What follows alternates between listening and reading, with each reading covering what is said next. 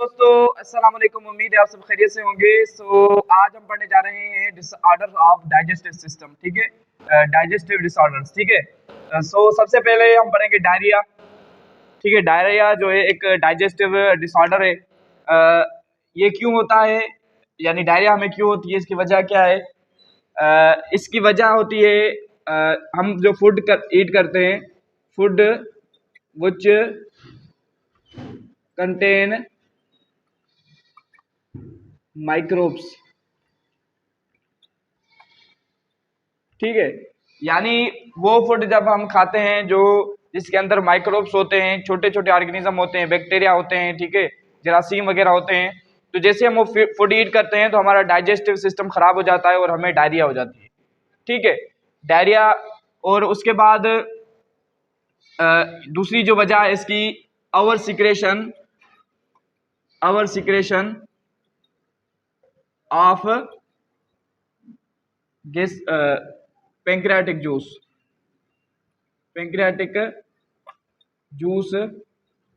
ठीक है, और बाइल। यानी कभी कभार ऐसा होता है कि हमारे बॉडी के अंदर जो डाइजेस्टिव सिक्रेशन है, यानी पैंक्रियाटिक जूस है, या हमारे अंदर बाइल है, वो ज्यादा सिक्रेट हो जाती है, तब भी हमारे बॉडी के अंदर डिसऑर्डर हो जाता है। क्या हो जाती है हमारे बॉडी के अंदर? हमें डायरिया हो जाती है। ठीक है, अब इससे हमारी बॉडी पर इफेक्ट क्या पड़ता है? इसका इफेक्ट हमारी बॉडी पर यह होता है कि बॉडी वीक हो जाती है बहुत। ठीक है, बॉडी हमारी क्या हो जाती है? वीक। क्यों वीक हो जाती है? क्योंकि बॉडी से दो चीजें निकल जाती है। जैसे हमारी डायरिया होती है, एक तो वाटर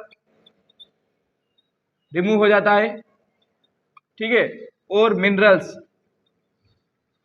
जैसे हमारे कैल्शियम में, ठीक है, पोटेशियम में, और कैल्शियम आयंस हैं, वो रिमूव हो जाते हैं। और जब वाटर रिमूव होता है तो इस प्रोसेस को हम क्या कहते हैं? डिहाइड्रेशन। तो जब पानी की कमी हो जाती है बॉडी के अंदर, इस प्रोसेस को हम क्या कहते हैं? जब भी हमारी बॉडी के अंदर पानी की कमी हो जाए, चाहे वो ज्यादा पसीना निकलने से हो या डायरिया की वजह से हो, हम उस प्रोसेस को क्या कहते हैं?